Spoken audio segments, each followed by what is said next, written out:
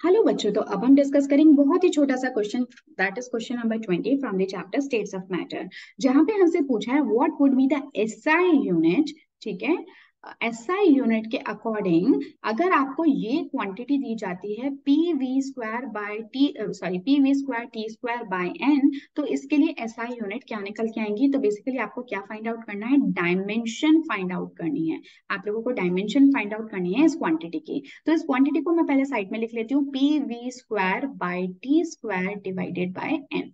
ठीक है, इसके लिए आपको डायमेंशन पता करनी है। तो एसआई यूनिट के अंदर तो देखो आप कैसे करोगे, सिंपल ही है, एक एक क्वांटिटी को लेकर चलो। ठीक है, सबको एक साथ करने की कोशिश मत करो, एक एक को लेकर चलो। प्रेशर को मैं लास्ट में डिस्कस करती हूँ क्योंकि उसी में थोड़ी सी आपको मेहनत करनी है, बाकी चीजें सिंपल है।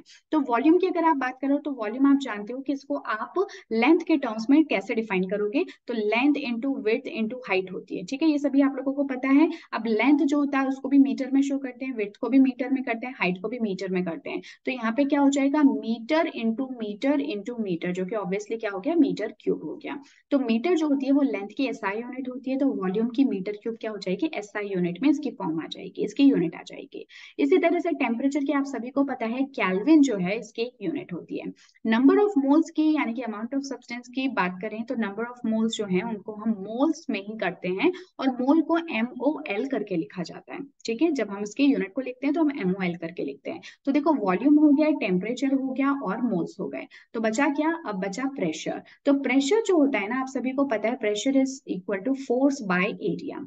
ठीक है, ये आप लोगों ने पढ़ रखा होगा फिजिक्स के अंदर कि किसी भी सर्टेन एरिया पे आप कितना फोर्स अप्लाई करते हो, कितना बल अप्लाई करते हो, उसी को हम प्रेशर कहते हैं। और फोर्स आप सभी जानते हो इसकी यूनिट क्या होती है, न्यूटन होती है। और एरिया क्या होता है, तो एरिया होता है आपका लेंथ, लेंथ का स्क्वायर, राइट। तो लेंथ का स्क्वायर आपका कितना हो जाएगा, मीटर स्क्वायर। तो इसका मतलब यहाँ पे जो यूनिट आगे हो गई न्यूटन पर मीटर स्क्वायर। तो यहाँ पे हमारी सारी की सारी टर्म्स आ चुकी हैं, बस आपको करना क्या है, इसको इन वैल्यूज पे पुट करना है, इस क्वांटिटी पे पुट करना है। तो जब आप इसको पुट करते हो तो देखो क्या होगा, pressure newton by meter square, तो इसको मैंने लिख लिया एक तरफ newton by meter square.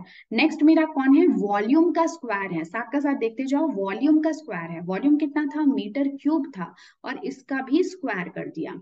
Temperature का कितना है, टेम्परेचर भी स्क्वायर में है, तो टेम्परेचर हो गया मेरा केल्विन का स्क्वायर। ठीक है, उसके अलावा जो नंबर ऑफ मोल्स हैं वो एज इट इज हैं, तो नंबर ऑफ मोल्स के लिए हो गया मोल। तो अब देखो यहाँ पे इसको सॉल्व करो तो ये कितना हो जाएगा, न्यूटन पर मीटर स्क्वायर मल्टीप्लाइड बाय 3 × 2 हो गया 6। ठीक है, मल्टीप्लाइड बाय केल्विन का स्क्वायर और डिवाइडेड बाय मोल। तो यहाँ पे सिर्फ एक ही वैल्यूज हैं जो कि कटेंगी, जो कि मीटर में है। So this will become 10 meter की पावर 4। ठीक है, अब बाकी चीजों को आप एज इट इज लिख लो, तो ये क्या हो जाएगा, न्यूटन मीटर की पावर 4 केल्विन की पावर स्क्वायर, और मोल क्या हो गया, पर मोल। तो ये किसके लिए यूनिट्स निकल के आ गई, P V square T square by N. ठीक है, सिंपल ही था। आई डोंट थिंक इसमें कोई ऐसी दिक्कत आई होगी आप लोगों को।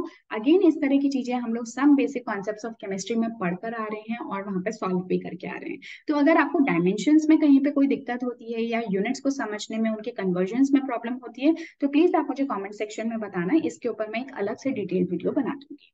पर अभी के लिए this was all about this video, question number 20। Next class में मिलेंगे हम एक नए क्वेश्चन के साथ में। Till then take care and good bye.